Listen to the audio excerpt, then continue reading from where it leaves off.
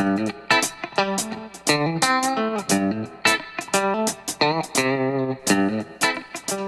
welcome to Daddy Kirk's farm. Tonight I need to start my tomatoes. I'm going to do it inside because it's a little cold and chilly out there, and I have this tray conveniently inside, and I can do this at the comfort of my own kitchen table here.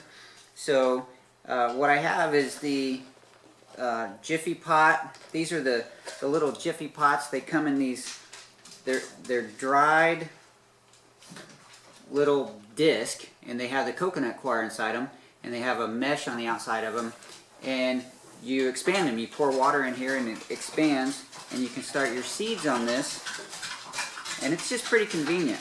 I had a pretty decent success last year, so I'm going to try it again this year. I had another tray left over from last year, so I thought I'd give it another shot. But in each of these, the top of it is kind of closed off, so you have to pull the top of it open. And I'm going to use, for the places where I can't stick my fingers in there, I'm going to use this skewer just to help lift it up. And then I'm going to poke little holes. I'm going to put 2 or 3 seeds on each of these. Now, I have this pre-labeled and I have it all laid out. I have 12 different varieties of tomatoes that I'm going to try this year. These in the yellow envelopes I got from Gary Pillarcheck. He's at therustedgarden.com. And then I have a few varieties left over from Wayne Metter at A World for Change. He gave me several varieties last year, and I have these left over from him. This is actually from Wayne Metter, but these are these are ones that I collected from the seeds that I planted last year that came from Wayne Metter. And then I have 2 packs here that came from the Baker Creek Heirloom Seed Company. So I'm going to try those out. And this is the last package, the last holdover package that came from, you know, one of the big box stores. It was just on the seed rack. So I'm going to try to get these used up. But for now, I'm going to plant 6 plants, or 6 of these disc, with each row is going to be a different variety. And what I've done, just like I did last year, is I labeled the clothespins with the label, and I can stick that above the row, and that way I can remember exactly which varieties are in each of these rows. So as long as nobody plays a dirty joke on me and removes my clothespins or switches them up, I'll be fine. So I'm going to get started here by opening the tops of all of these little discs, and then I'll change the camera angle and come back and show you how I'm planting them. It's not that big a secret, but I'll show you anyway. Alright, so I finished taking the tops and opening them all up, and it is helpful to have a little tool that you can kind of stick in there and pull that fiber paper off of the tops. So now, since my first one is labeled Jersey Dual, I think that's what it's called, I can take my seeds here.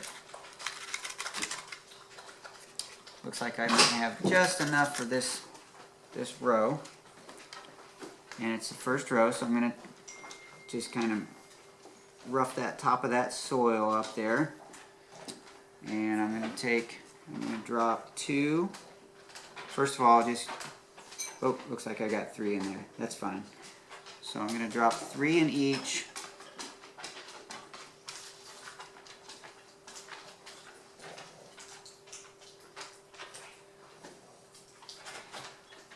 Those little tiny seeds sometimes are a little hard to handle. I'm not going to do the whole thing, but basically I just want to get the seeds on the tops of these. Oh, I had more than enough. So I'm going to put the rest back in the envelope,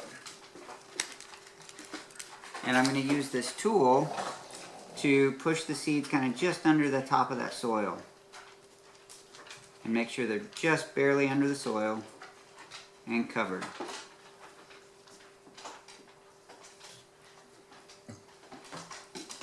Now what's going to happen when these start coming up, I'm going to make sure to let them grow just enough so I can identify the biggest and the strongest one of these 3 seeds. The reason I'm putting 3 seeds in each of these is it gives each of these little seed starting pots a really good chance of getting one good plant.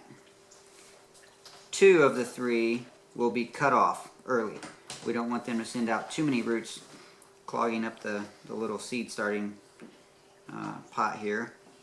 But we do want to identify, usually the first to sprout is going to be the biggest and the strongest. So the first one to get, some little leaves on it. Separate those out, and they're all covered.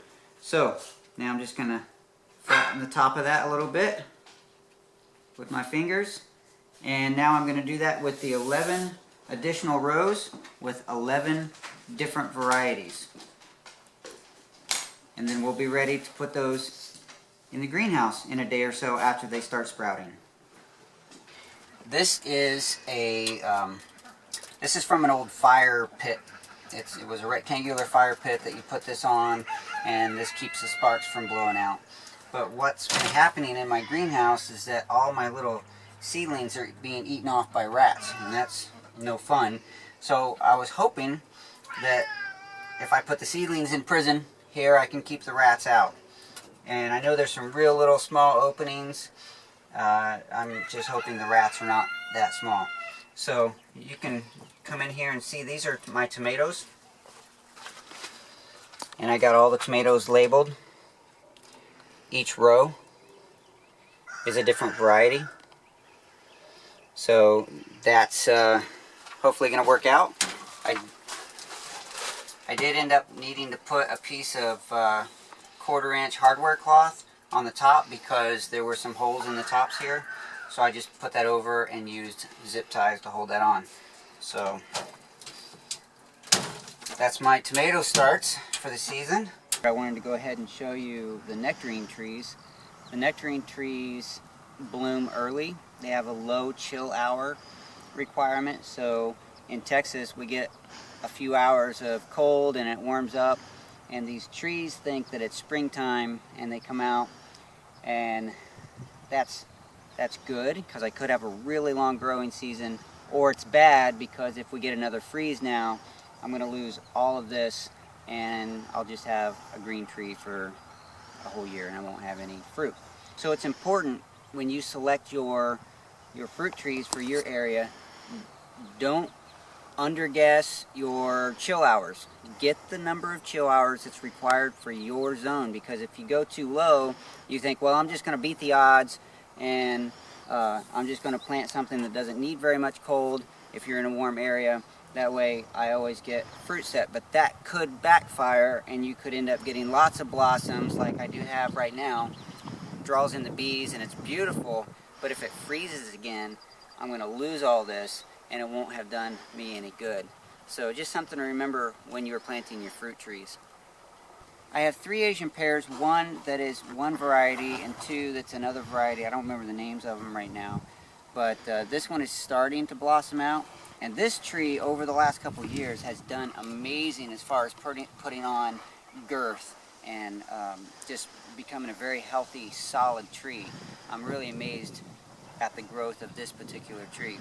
And it's starting to blossom, so I could possibly have some of the same issue that I have with the nectarines, but these are several weeks later than the nectarine trees. The nectarine trees are pretty much done with their blossoms, and this one is just now getting them. So hopefully we don't get any freezes that knocks these off. I'm looking forward. This may be the year that I get my first pear off of this tree. Hi.